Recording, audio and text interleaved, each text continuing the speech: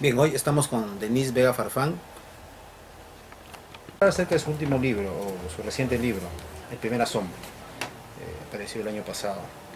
Bien, Denise, lo primero que encuentro yo en este trabajo, a diferencia de Una morada tras los reinos, que es el libro que un poco te da a conocer a nivel nacional por el premio que obtuviste, es que un poco que te has ido yendo, te has ido inclinando en esta ocasión por poemas breves, ¿no? Porque entiendo que Una morada tras los reinos, si bien está compuesto de varios poemas, aspiran al poema libro, ¿no es cierto?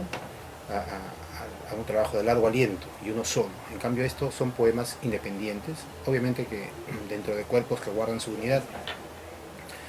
¿Por qué este cambio? ¿Por qué este transcurso en el trabajo lírico que estás haciendo? Bueno, eso guarda relación con varios factores, ¿no? En primer lugar, como creo que alguna vez te comenté, Una morada tras los reinos prácticamente lo escribí en 3 meses, ¿no? O sea, con todo y correcciones casi de un tirón, ¿no? Y bueno, se trataba de mundos ficcionales con personajes que exigían un discurso fuerte, ¿no? Y bueno, yo sentía que tenía que ser eh, extenso, ¿no? Este, aunque también hay por ahí algunos poemas cortos con los que se alternan, ¿no? Pero eh, digamos que lo que prevalece es el discurso largo. En el caso del primer asombro, influyeron otros factores, ¿no? En primer lugar, se tratan de poemas, por ahí de repente tú has podido localizar de que hay ciertas diferencias incluso por ejemplo, entre poemas del primer capítulo y entre poemas del último capítulo en cuanto al estilo, ¿no? Esto obedece a que desde Una morada tras los reinos, que se publicó en el año 2008 y fue escrito en el año 2008, hasta el año pasado, yo estuve intentando una serie de estilos, ¿no? De estilos, bueno, escribí incluso 3 libros que no llegaron a ninguna parte, de los cuales sobrevivieron algunos poemas que incluían en antologías, en muestras, o incluso que me daban alguna señal de que iban derrumbándose el lenguaje que quería. Entonces fue así como se gestó este libro, ¿no? Entonces eh, yo creo que eso tiene que ver mucho con esa diferencia. Y lo otro, y lo principal creo, es que yo buscaba reinventarme mi propio lenguaje, ¿no? Porque ya no quería más un lenguaje cifrado como es el de Una morada tras los reinos, sino un lenguaje más espejeado, más claro, pero sin perder densidad, ¿no? Y ese era mi gran reto, ¿no? Y la idea siempre pues que uno persigue de encontrar pues aproximarse cada vez más a su propia voz, ¿no? A su propio decir como poeta, distinguirse, ¿no? Quería distinguirme como Denise, ¿no? No como de repente, claro, alguien que ha escrito un buen libro, pero que hay todavía influencias ahí, ¿no? Entonces eso es lo que quería rescatar en el primer Creo, asombro. creo sin embargo que todo libro, pese a todo, tiene ciertas influencias, ¿no? Toda escritura parte de una lectura previa de alguna cosa. De repente, no sé cuán atrevido sea preguntarte, dentro de estas búsquedas que tú me has contado, que has estado haciendo y que has dejado algunos libros en el camino, algunos intentos de libros sin publicar, ¿hasta dónde llegaste con estas búsquedas? ¿Hubo algo que de repente te pareció algo desbocado? ¿Hacia dónde te estabas desviando, pero finalmente te encauzaste por este libro, ¿no es cierto? ¿Hacia dónde ibas? ¿Hay algo que me puedas contar sobre ese trabajo de búsqueda? Bueno, por ejemplo, escribí un libro sobre las culturas precolombinas que a mí me atrae muchísimo, ¿no?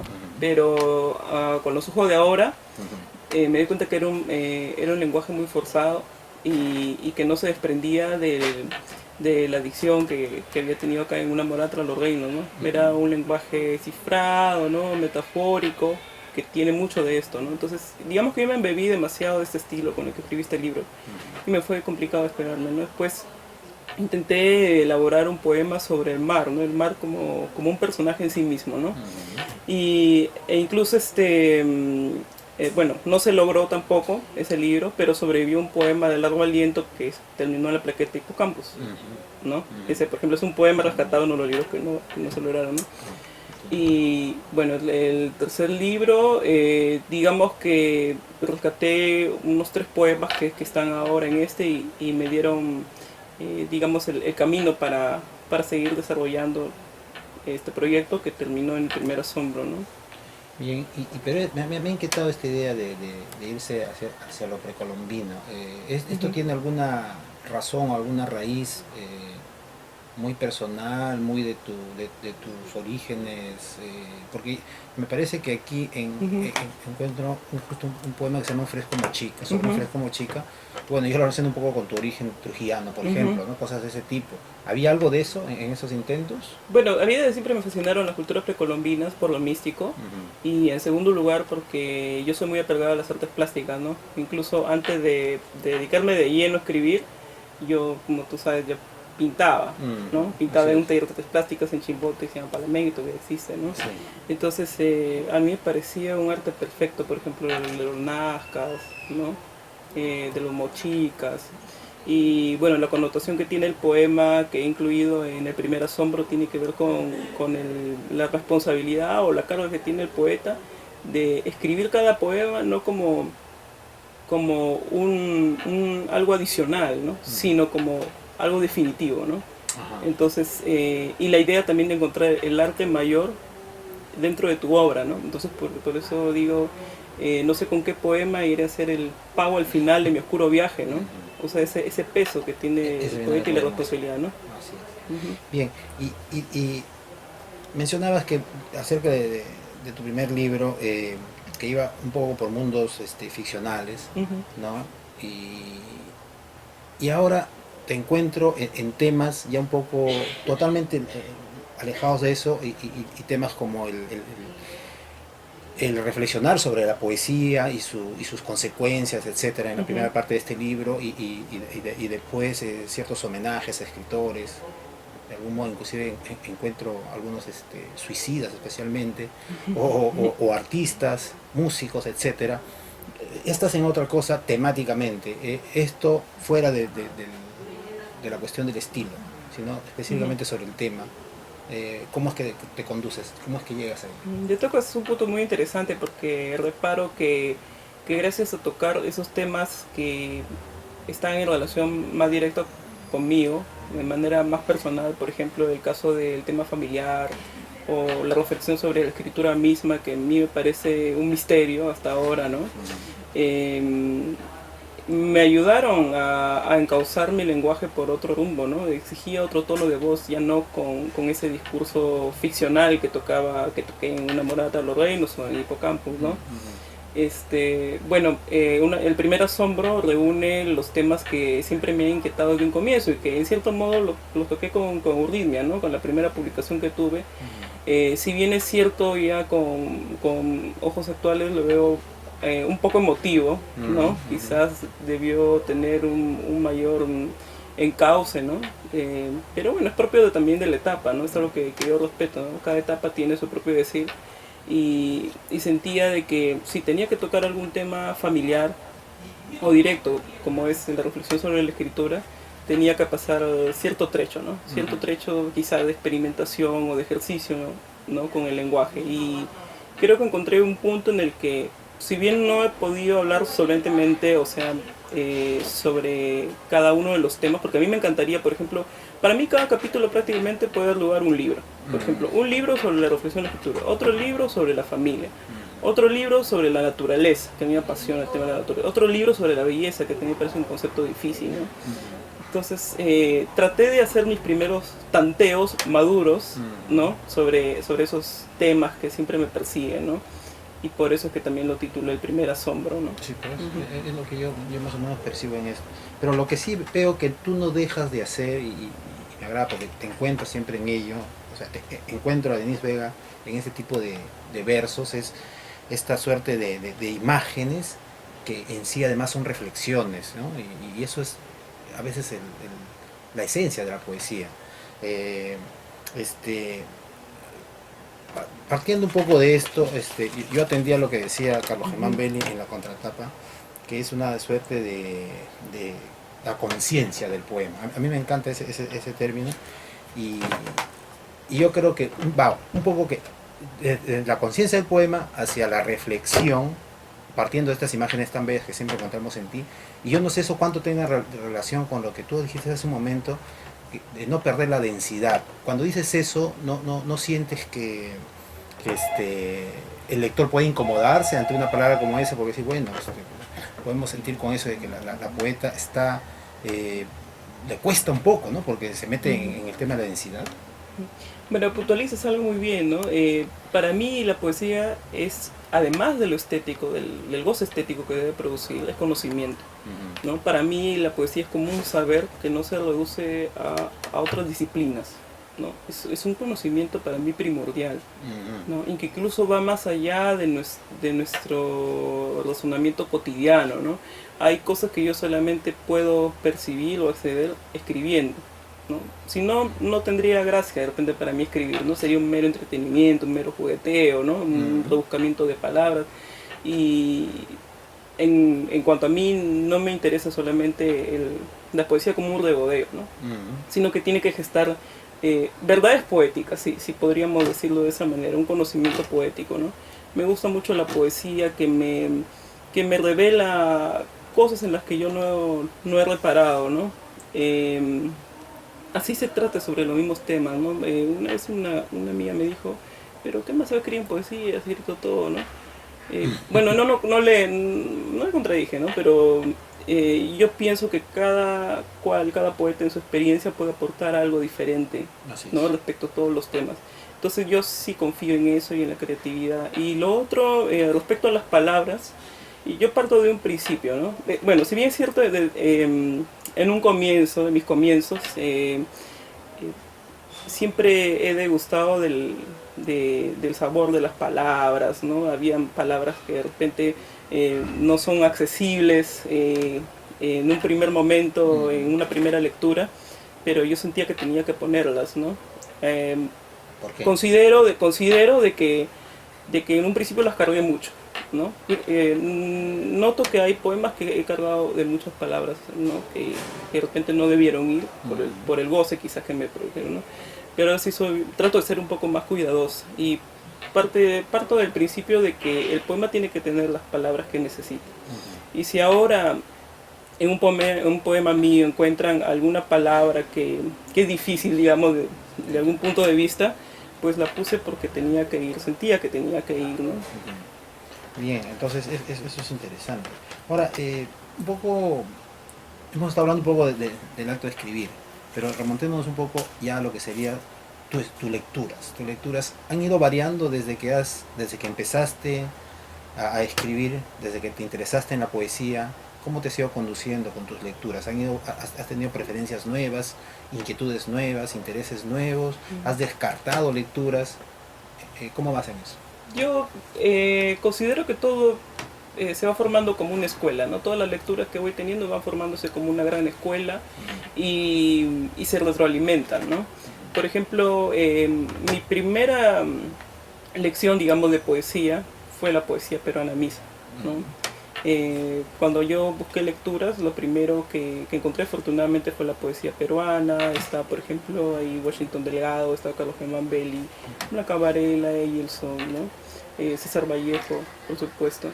Entonces esas son lecturas que, si bien yo en cada etapa para construir un libro me rodeo de ciertas herramientas, porque así yo lo considero cuando se trata de buena poesía, yo lo considero una herramienta para escribir también, ¿no? No significa que haya dejado de lado las primeras lecturas que a mí me sirvieron, ¿no? Creo que es algo como que es quedar rezago siempre de ello, ¿no? O depende de lo que yo necesite. Por ejemplo, en la construcción de este reciente libro, sí, yo me rodeé mucho de la poesía de Simuhini, por ejemplo. De Simuhini, también de Cavafis, de Thomas Transtromer, ¿no? Entonces, porque los sentía más cercanos en el decir que yo quería lograr, ¿no? En el decir y en el tratamiento de ciertos temas, ¿no? Sentía que me complementaba muy bien, que dialogaba muy bien. Me gusta utilizar este término, ¿no? Que dialogaba muy bien con la poesía de ellos. ¿Pero qué iba primero? ¿Primero iban tus temas y luego la búsqueda de estos poetas, o al contrario, o van de manera paralela? ¿Cómo te sientes tú internamente? Mira, yo te confieso que en la poesía me guío de manera muy intuitiva. Incluso yo no sé cómo he llegado ya hasta escribir este libro, ¿no? O sea, conscientemente, no sé, soy muy olfativa quizás, ¿no? El goce o el gusto no sé bien de dónde viene, ¿no? No sé si es como si algo nacido o no sé, inducido, quizás por las artes plásticas, ¿no? O las primeras lecturas que tuve ya me dan, digamos, una señal de por dónde va la buena poesía, ¿no? Pero digamos que para responder tu pregunta, primordialmente a mí siempre me buscan los temas, ¿no? Las cosas que me inquietan, ¿no? Las cosas que me inquietan primero. Y bueno, siempre leo poesía, ¿no?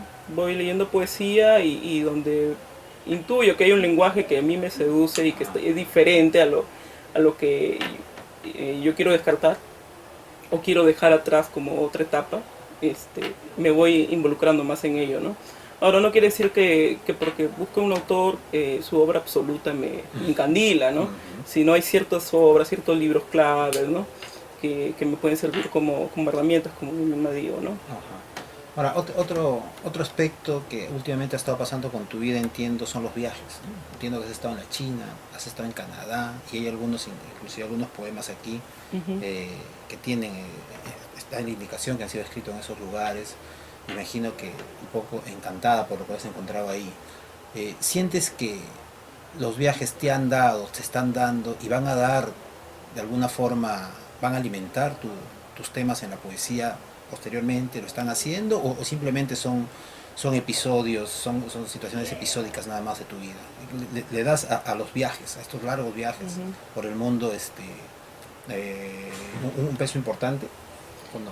En principio, a mí todo lo que refiere al mundo y su maravilla siempre me inquieta, ¿no? Siempre me siento como una esponja que trata de absorber hechos poéticos, ¿no?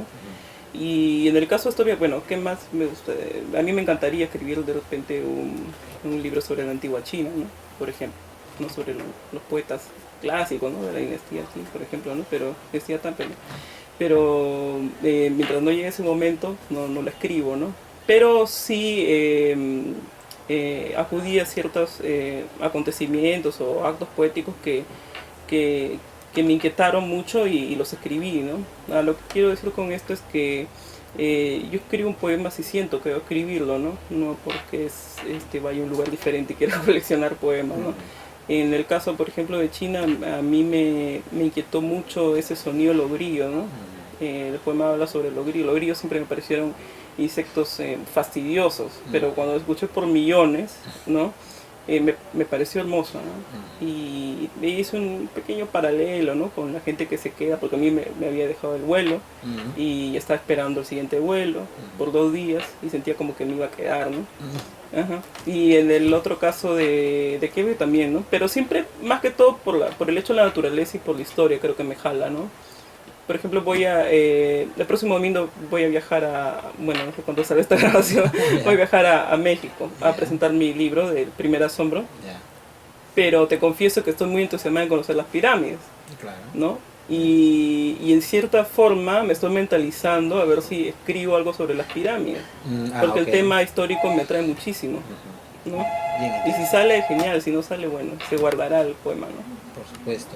Y tienes, no sé, me da la impresión de que, como mucho de gente que escribe poesía, hay otra gente que también lo hace de otro modo, ¿planificas tus libros? No creo, ¿no? ¿O cómo es esto? ¿Cómo es en tu caso? ¿Planificas, vas pensando ya en la forma del nuevo libro? ¿O todo viene por añadidura?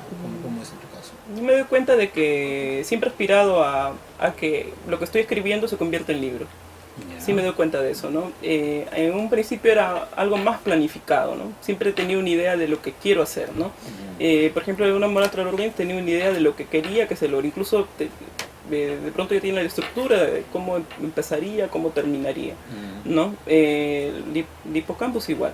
Pero luego con la práctica, al menos yo me di cuenta que la poesía no tiene reglas, ¿no? Sí, pues. Todos esos proyectos que yo, esquematizados que tenía, se iban desmoronando y quedaban en nada. Y ahora, como te comentaba, cuando leo esos proyectos que no se lograron, la verdad que me suenan forzados, me suenan regodeados y no van, ¿no? Por suerte no los publiqué. Y por ejemplo, la elaboración de Primera Sombra ha sido más espontánea, ¿no? Pero como ha habido un lenguaje, digamos, que se ha sostenido, o cierta temática, es que ha logrado materializarse en un todo, ¿no? En un cuerpo. Porque yo encuentro Primera Sombra eso que tú dices, que es un libro más espontáneo, ¿no? Más espontáneo, Sí. más salido de tu naturaleza, ¿no? Más natural. Entonces, me imagino que te vas a ir seguir conduciendo así, ¿no? No sé, por eso era la pregunta. Bien, finalmente, tú vives en provincia, vives en Chimbote y a veces, yo te imagino, yo también soy de allá y te imagino un poco cómo es tu vida allá. Conozco tu casa, conozco la manera, el espacio en que te mueves. ¿Cómo te ves tú en un futuro? ¿Siempre piensas seguir por allá?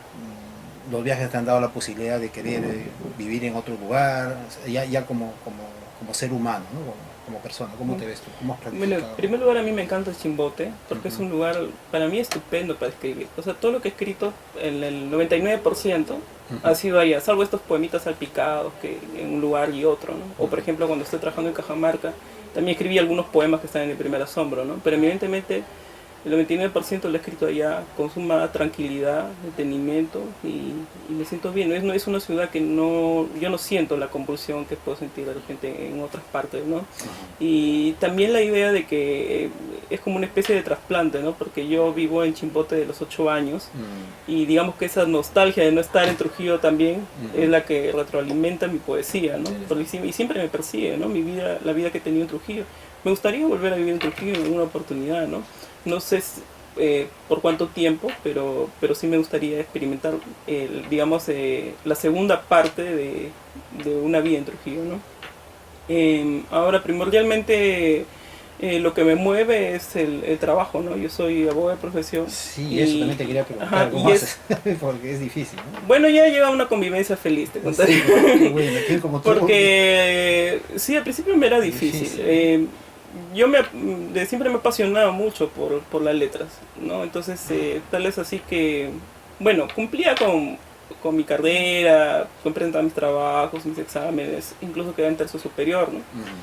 Pero no podía evitar sentir la gana de que ya se acaban las clases para irme a escribir, ¿no? O en medio de alguna clase que estaba floja, me ponía a escribir, ¿no? Y recuerdo mucho que salió una entrevista, no sé si salió en la industria, en Chimbote, y cayó en las manos de mi profesor de Derecho Civil. Y una vez en una clase me dijo, con que estabas escribiendo en mi clase, dijo.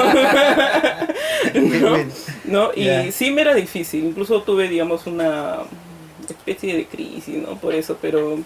Y también por lo que yo desde siempre quise ser artista plástico, ¿no? Sí.